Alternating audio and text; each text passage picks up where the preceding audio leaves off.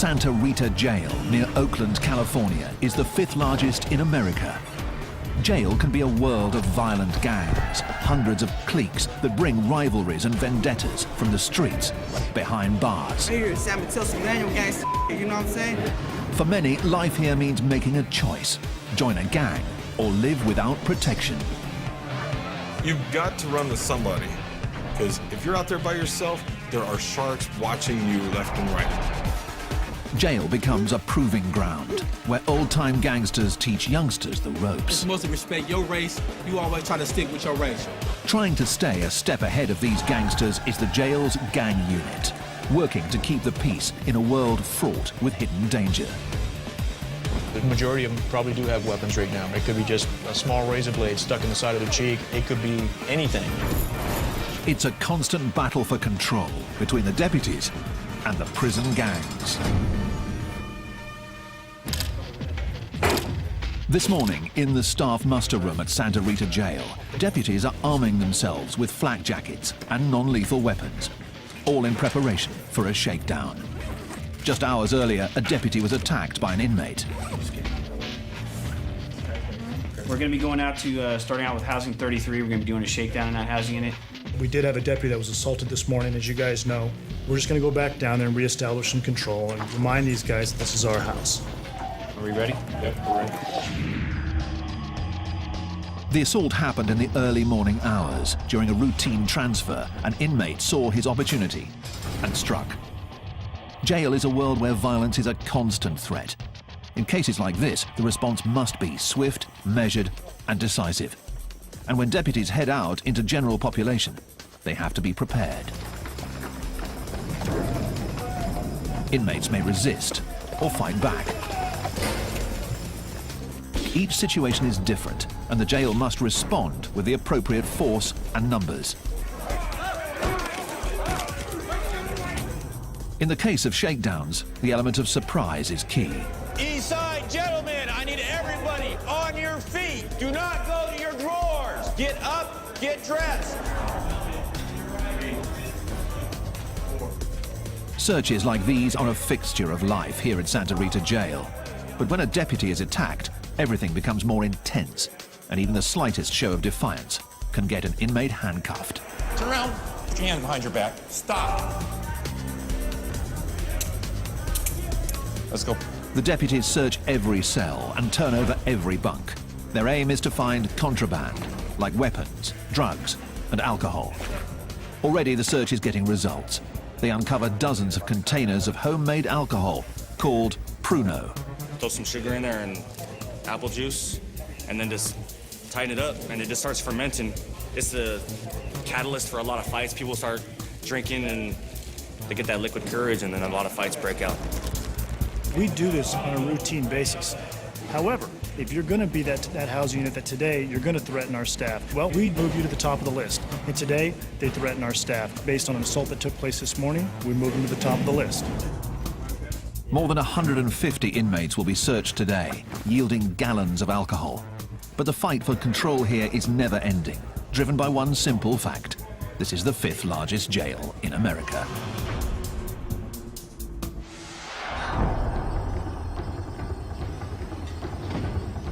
Alameda County's Santa Rita Jail near Oakland houses 4,000 inmates. 18 housing units stretch the length of the sprawling facility, a full half-mile from end to end. There are 2 wings. The east side has protective custody units and minimum security dorms that house more than 300 inmates. On the west side, maximum security inmates are housed in double-bunked cells, and administrative segregation units hold problem inmates on lockdown 23 hours a day. As many as 60,000 inmates pass through here each year, creating an ever-changing inmate population, and the threat of violence is always present. Heightening that threat is a stark reality. 40% of Santa Rita's inmates come from Oakland, and Oakland has a serious gang problem. Black down in the East Bay.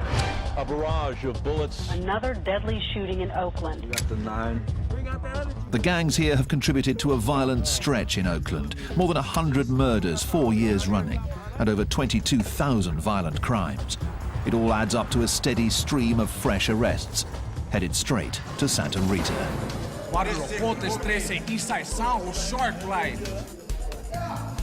The streets of Oakland set the tone here, and roughly half of the inmates have gang affiliations and often bring vendettas and rivalries with them from the street.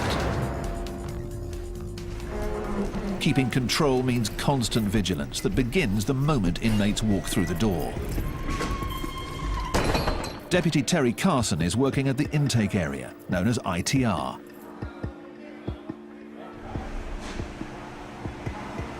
Have you been charged with any assaults on the police? No. Been charged with any assaults on other inmates? No. Carson interviews inmates to determine their criminal past, what sort of crime they're charged with, and what threat they might pose to other inmates. The information is used to classify inmates, and here in Santa Rita Jail, they are color-coded accordingly. Inmates given blue jumpsuits are considered medium security, posing a low threat. Yellow is given to those with heavy charges or a history of violence behind bars. Terrorist threats? Okay. Each one of these represents the year that you did in prison? Red means an inmate is headed to protective custody or administrative segregation. You remember what the case was at Central State Prison? Yeah. What was it? Battery, domestic assault, attempted murder. And when you were in San Quentin, how many points did you have? I made it level 4. You made level 4. Right now. It is classification born out of necessity, an attempt to keep the peace. It's that big wall 3 homeboy that you knew. Barrio Pobre, Sureños, 831, Costa Central. With so many gang members at Santa Rita, making sure rivals are separated is key. You see somebody that's opposite, say Sureño or Norteño, opposite of you. If you're Sureño, you better get off on that Norteño. That's all there is to it. That's the politics. And if you don't, we're going to do something to you. But new tensions between gangs can heat up at any minute. So the jail has created a special unit to track the ever-changing gang world. Terry Carson is part of the team, and so is Mark Schlegel. Together they make up the Gang Classification Unit, and their office wall is lined with one of the keys to understanding the gang world: coded artwork. You have a Kumi 415 over here. This is the Hells Angels, West Oakland. Oh, you got X4 Norte. Hidden in the drawings are important clues of affiliation, of rivalries, and of potential conflict. It's all part of a story that translates to the history written on the inmates themselves: tattoos. When these guys come across the counter, you'll see the same type of artwork on their skin. So they tell me a story. 14th letter of the alphabet, which is N, which stands for Norte. You'll also see 14 on white supremacist guys, but that means totally different. These guys don't put this stuff on a piece of paper or on their bodies without a reason or a story behind it. Decoding the story may be vital to keeping the peace here behind bars, but the gang unit serves an even greater purpose. They are building a record of each gang member, one that will follow them to prison or back out onto the streets. It's valuable intelligence that gets shared with corrections and police alike. But the challenge for the gang unit is daunting. There are hundreds of cliques and gangs in California, and on any given day, behind the walls of Santa Rita, many of them are represented. You got border brothers, you got everybody, Paisas, blacks, whites. If enemies are housed together, violence will follow. And right now, in Maximum Housing Unit 6, is a graphic reminder of that reality. Crime scene cleanup is already here, removing the remnants of a violent fight that started just hours earlier. Yeah, we had just opened the doors for dinner feeding. An inmate ran down here from cell 14, entered the cell, attacked the other inmate, had a razor blade attached to a short piece of plastic, tried to slice him on the facial area. The injured inmates have been taken to medical, where the attacker may face charges for assault. It's still unclear whether the fight was gang-related.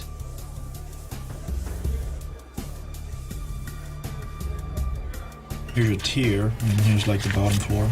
And the cell block. I still don't get the dice though. The unit is under constant pressure to get it right, to decode thousands of pieces of intelligence and gang writings. It's blood, but it's blood. Four drops of blood. Yeah, but it's a 1 and a 3. Yeah. So that's could be Sureño. Could be read into anyway. The challenge: identify the new rivals and separate them before things get violent. Santa Rita Jail near Oakland in California is the 5th largest in America. It's populated by some of California's most violent street gangs. Here, managing 4,000 inmates is all about establishing control. It's 3 a.m. on Friday night, and C-Team is working its overnight shift. Roughly 60 arrests have come in tonight to be printed, tagged, and processed. Let's go. We're going to search you right here. Shoes and socks on this side of the blue line. My side of the blue line. Shoes and socks. Late in the shift, Deputy John White and the rest of the team are still on alert in an area where anything can happen. Let's go. Hands out in front of you.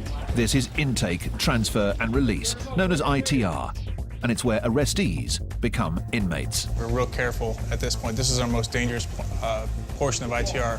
We found anything from narcotics, knives, guns. We found everything in these cells after they leave them. The mood is always tense, but tonight has gone smoothly. But as every deputy knows, the later it gets, the greater the chance for trouble.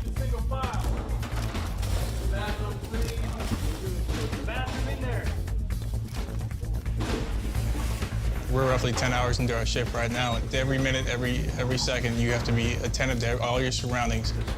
Around the corner in the pat-down area, that vigilance pays off when an inmate makes a move at a deputy. The response is quick, measured, and designed to make one point clear. This is jail. We have to set the tone because they come across and they're not fully acclimated to being in custody. They don't realize they are not in control anymore. This individual that came across, he's intoxicated. He came across, we attempted to search him. He became combative. So for our safety and for his safety, we went ahead and we restrained him, brought him back to the back. It happens every night. Don't kick me, dude. The alcohol does funny things to people, and unfortunately, this is where they usually end up. This inmate will sober up in a back tank of ITR. By night, it's a quiet corner for problem inmates.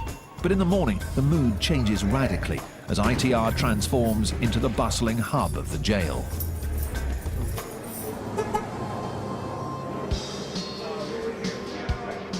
There are more than 30 tanks here, and on average, 400 inmates move through here each day. On busy days, that number goes as high as 600. Every inmate on their way to and from court, headed off to prison, being processed or released, comes through these halls. Gentlemen, make room. We'll be leaving shortly. Control is key here, but can prove difficult in an area where the deputies are outnumbered.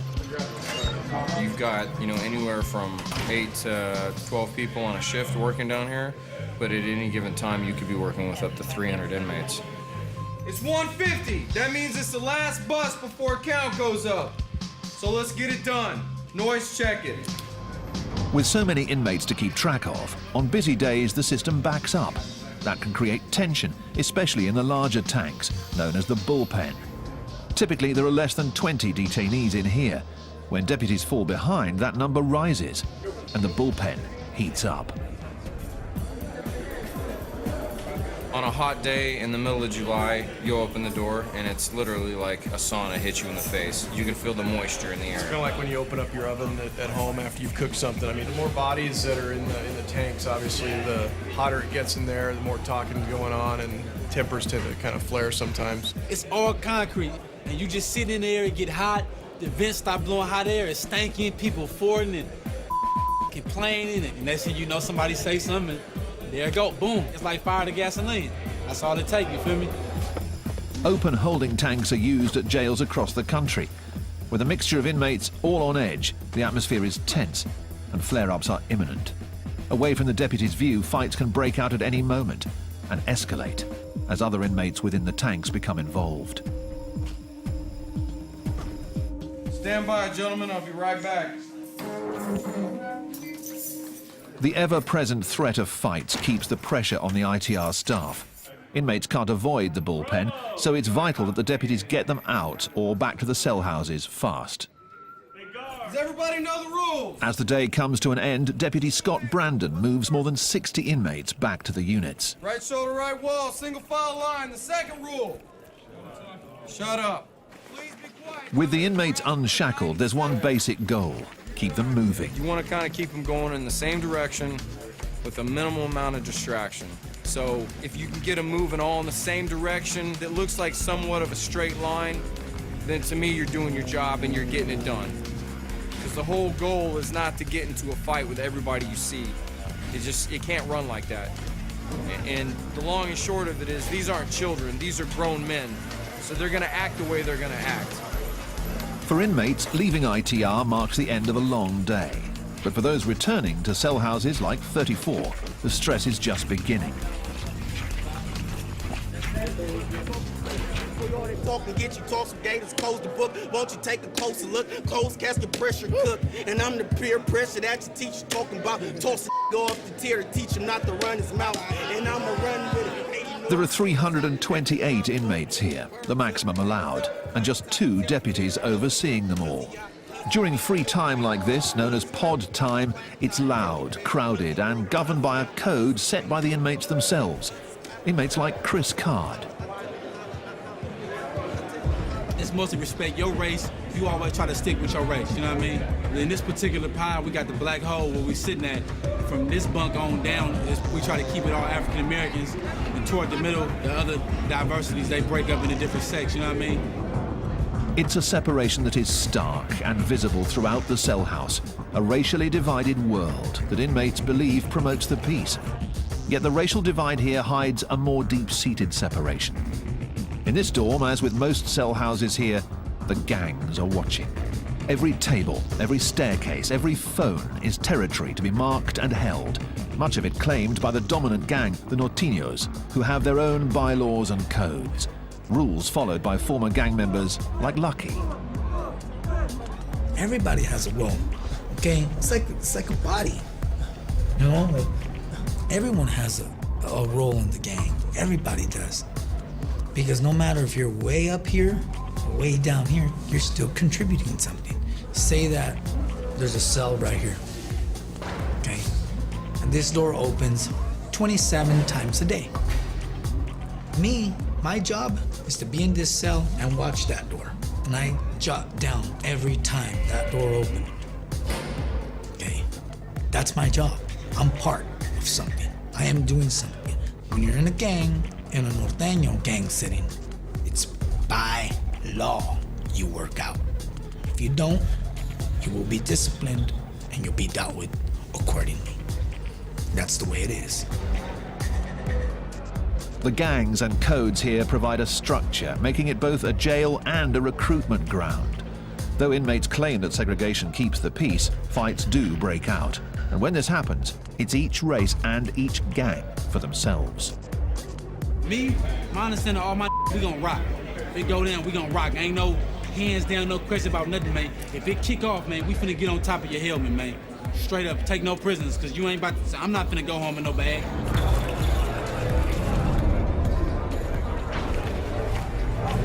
Lock down, fellas. Let's go, fellas, lock down! After 3 hours, pod time comes to an end and the inmates head back to their cells. The deputies walk through each of the tanks, where 36 men are double bunked behind mesh for the night. They confirm that all are present and accounted for, and perform a final spot check for any contraband. In dorms like 34, the numbers are heavily in favor of the inmates. So for them, lockdown means the night is just beginning, and it's time for a cell house party, a feast of food purchased from the jail, complete with homemade alcohol. We can't let the police see this right here, man. This right here, man, knock you on your real good. Right? Tonight we make a gumbo, oysters, chicken, tuna, rice. We all put it in, you know, we eat like kings in here. The city of Oakland, California, has one of America's highest crime rates, with more than 100 murders in each of the past 3 years. Police are investigating Oakland's third murder of the weekend. 40% of Santa Rita's inmates come from Oakland, and many of them are in gangs. It's the first stop for the accused on their way to trial. But with thousands of repeat offenders coming through the door each year, it also serves another purpose.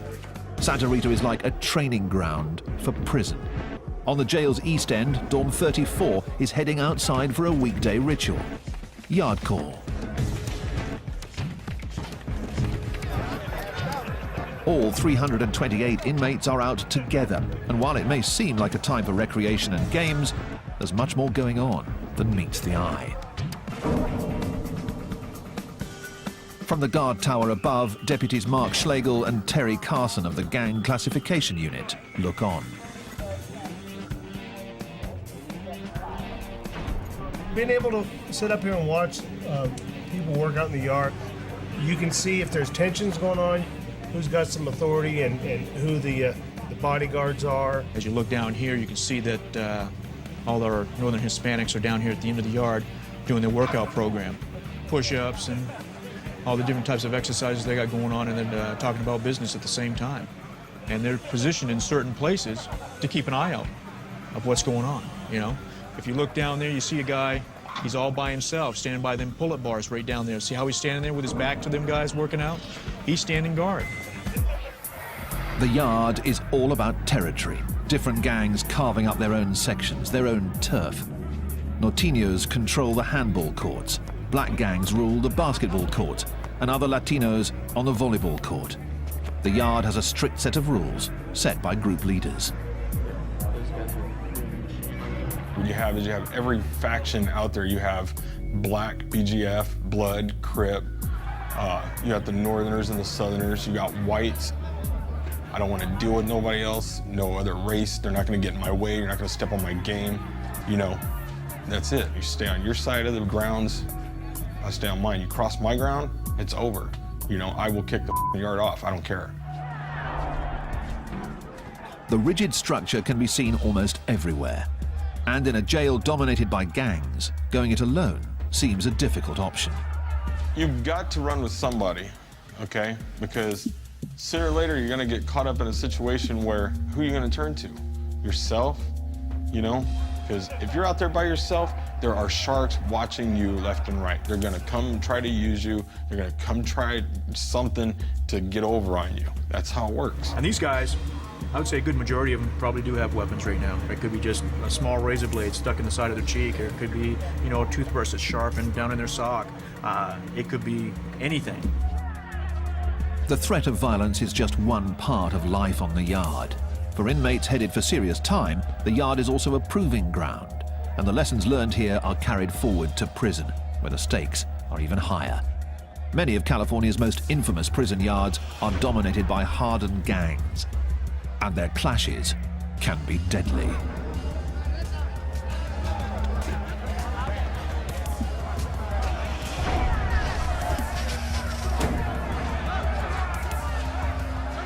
Even in this seemingly chaotic environment, the rules of engagement are strict and clear. Whoever's having the issues against each other, their channel or their shot caller will come and let you know, hey, back the up for a while, we're going to go get off. If you want to get involved, let us know. You have to know who's who over or who's helping who out to know when it's going to jump off. But you can pretty much tell. I mean, you'll see it. You'll see the grouping up. You'll see everybody getting in position, and then next you know, it's mayhem. This riot at California's Pelican Bay prison probably started after tensions built between rival gangs. The conflict lasted for more than half an hour as corrections officers tried to regain control.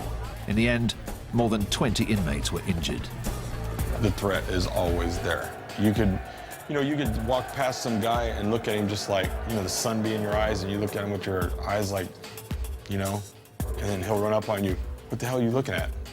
Nothing. Oh, I'm not nothing. See, and it could go just a domino effect of, you know, you're just saying the wrong things. The constant threat of violence has created a surprising shift. Gang members behind bars are turning their backs on gangster life. They're called dropouts, and they make up more than half of the inmates in protective custody here at Santa Rita. And Brian Curlis is one of them. Leaving gang life behind is no easy task.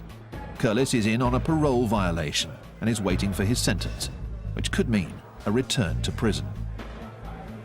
He has a coveted job as a pod worker, but his criminal record makes him a 3 strikes candidate, meaning a new charge could get him a life sentence.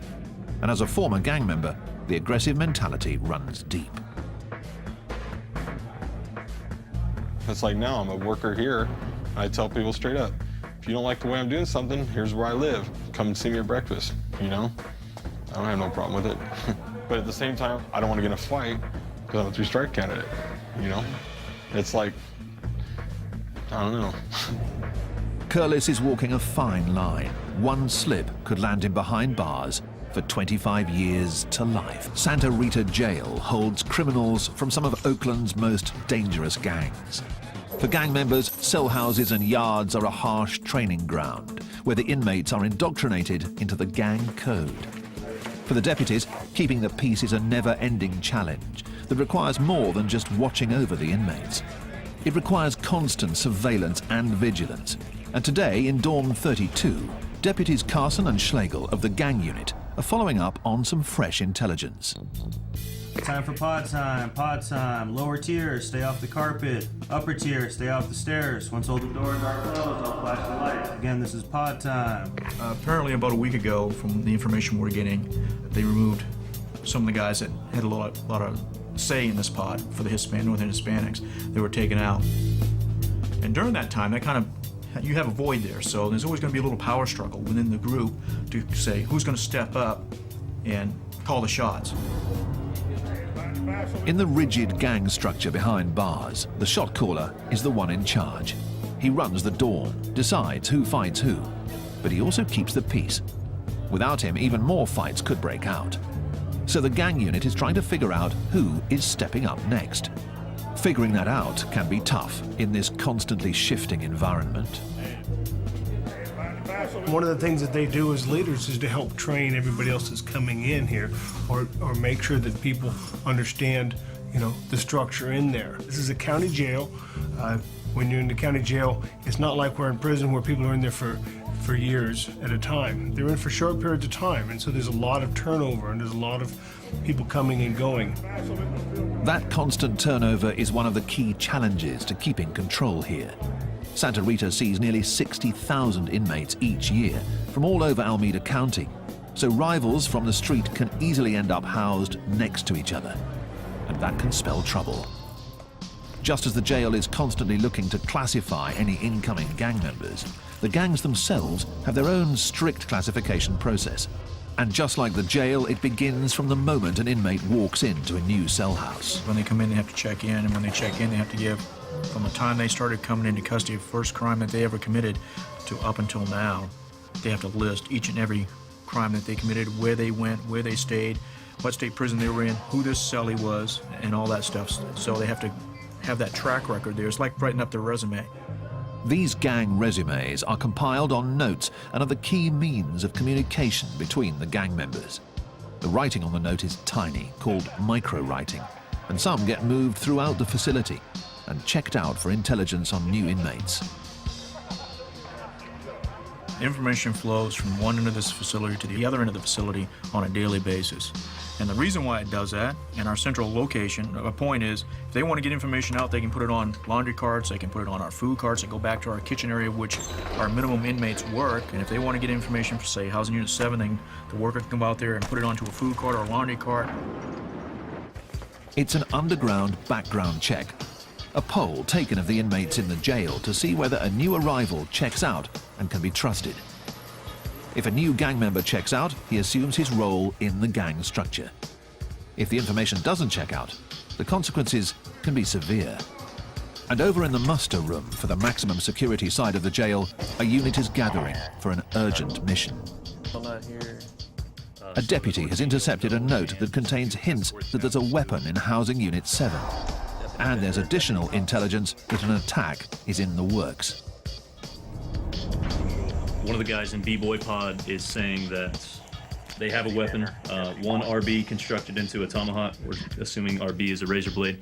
So that's kind of what we're going to be looking for. It could have been passed from B, obviously anywhere in the house. We're going to do A, B, and C pod as a search. In addition to rumors of a weapon in the dorm, the note lists the names of some norteños housed there. I have a list here, A, B, and C pod of some of the norteño known and just known affiliates. This dorm is the target for today's raid. Finding the weapon is the mission. It could be tucked in a book, could be anywhere. It could be a mattress that's sliced open, stuck in the foam, you know, anywhere. So we want to make sure we do a good job, especially with the northerner cells. We'll just go in, you know, do our job, get it done. The team moves out to Housing Unit 7, where the inmates are already on lockdown. When the deputies arrive, the water is shut off to prevent anything from being flushed down the toilets. We're ready. Put on your shirts, step out. An operation like this relies on speed, getting all of the inmates out of their cells before they have a chance to destroy evidence. Pull your shirt down, pull your shirt down, pull your shirt down. Those who buck the system are immediately removed.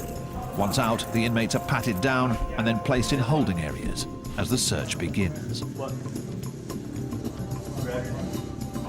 Every cell is turned over in a search for contraband, homemade alcohol, anything that's not allowed.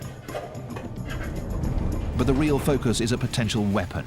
And over in C-Pod, one cell is receiving special attention. I found some information on the guy that's housed here, that he's good at making weapons. It's one of his specialties, I guess, that he called it. So this was my hopeful cell. I was hoping that it would be in here. Hopefully they didn't get rid of it. The deputy finds nothing. And throughout the rest of the cell house, the search yields contraband, This is a jail-made tattoo gun. but no weapons. Downstairs, they found more notes and more names. These show people that just arrived, it looks like. Names and PFNs. It may just be the break the team's been looking for.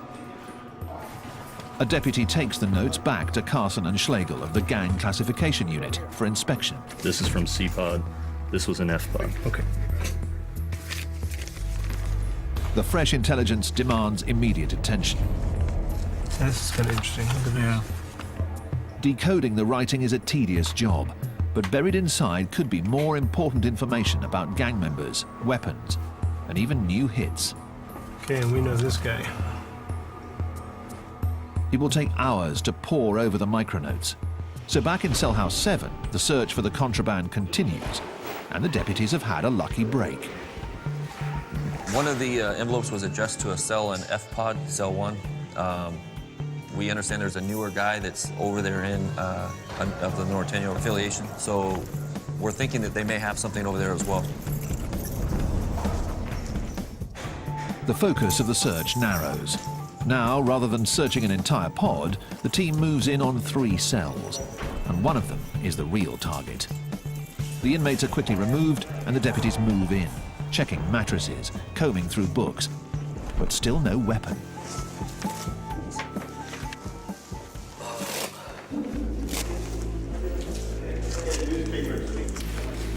Out in the common space, a deputy spots something wedged under the television. It's coming. No, That's what that's there for. Somebody get It could be what they came here for. Yeah. A blade. Yeah. So we fit it up to slice somebody with. Yeah. See? The dangerous weapon is removed from Cell House 7, and for now at least, a possible gang hit is averted. Another small victory in a world where the threat of conflict is constant. Over in protective custody, Brian Curlis still marks his days at Santa Rita, trying his best to stay out of harm's way in a world of violence.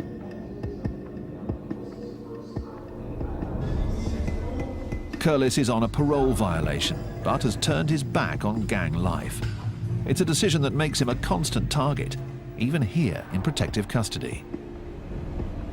I don't think you're any safer here than you are on the main line. At any time, anything you do, you know, you sit at the wrong table, you use the wrong shower, it could get you hurt. Gang members despise dropouts. They are traitors of the highest order. That makes them targets wherever they go, especially behind bars, where gangs set the unofficial rules. While gang initiation is often violent, getting kicked out is even worse. It's called a removal, a quick but violent act where a gang member slices another in the face with a weapon. The slice leaves a permanent mark and lets other gang members know that the target is a dropout, what they call no good. I've seen people get their face sliced open, half their ear knocked off, all the way across. To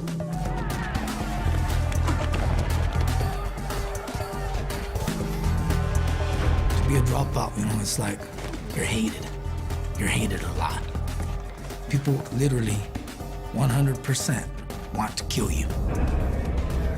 By being placed in protective custody, the dropouts are already marked by the red jumpsuits they wear. So far, Curlis hasn't been attacked, but anything's possible in jail. It's something you got to deal with, you know? As you get older, you get wiser. If somebody starts assaulting me, I'm going to fight back. You know, I'm going to defend myself to the fullest. You got to be stronger than the average person around here. Curlis will soon find out his sentence. Until then, he's constantly on edge, always looking over his shoulder.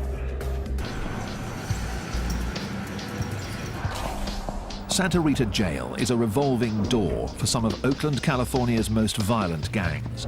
An estimated 30,000 people with gang affiliations come through here each year, and deputies are always on their guard, always looking out for conflict. In intake, transfer and release, the day is just getting underway. A dozen deputies start their daily routine, moving 200 bodies through these halls. Gentlemen, we're gonna move down to the nurse. Remember our discussion. The quicker you guys do it, everybody cooperates, you get through fast. Terry Carson of Gang Classification is on his post at the front end of the system, screening the new intakes, trying to figure out whether they have gang affiliations and where to put them. Remember these street gangs? No. None? Any tattoos? No tattoos. Nothing. Nothing on your back? Nothing.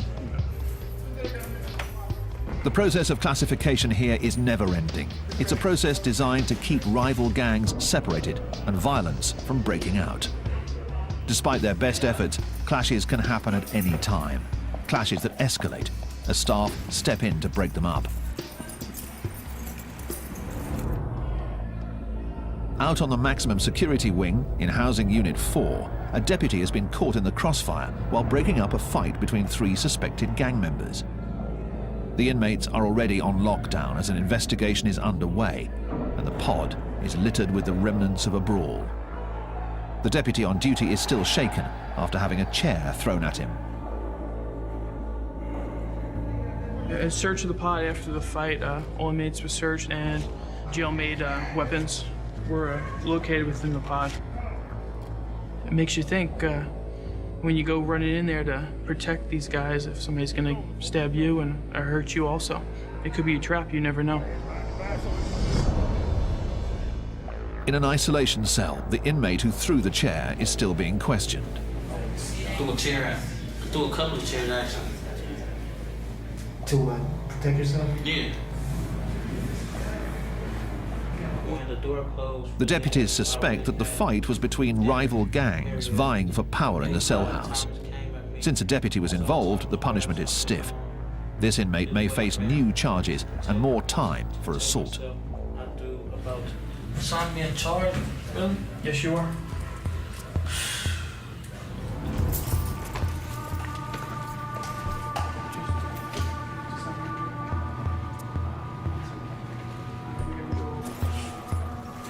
New charges are something that every inmate dreads. They can mean more time behind bars.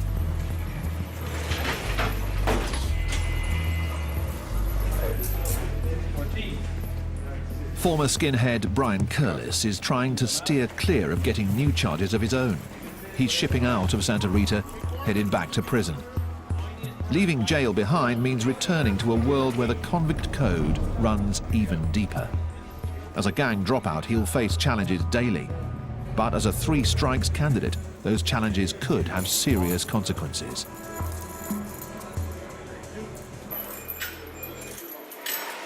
I have too much violence on my jacket to where if I even slap somebody in prison for mouthing off at me, I could do life, you know, but I'm a dropout right now. I've gotten out of it because what am I gonna do? I look back sometimes and I think to myself, man, I've screwed up. Never mind, hold on. I screwed my kids up going through this, and it's just crazy. you know? So.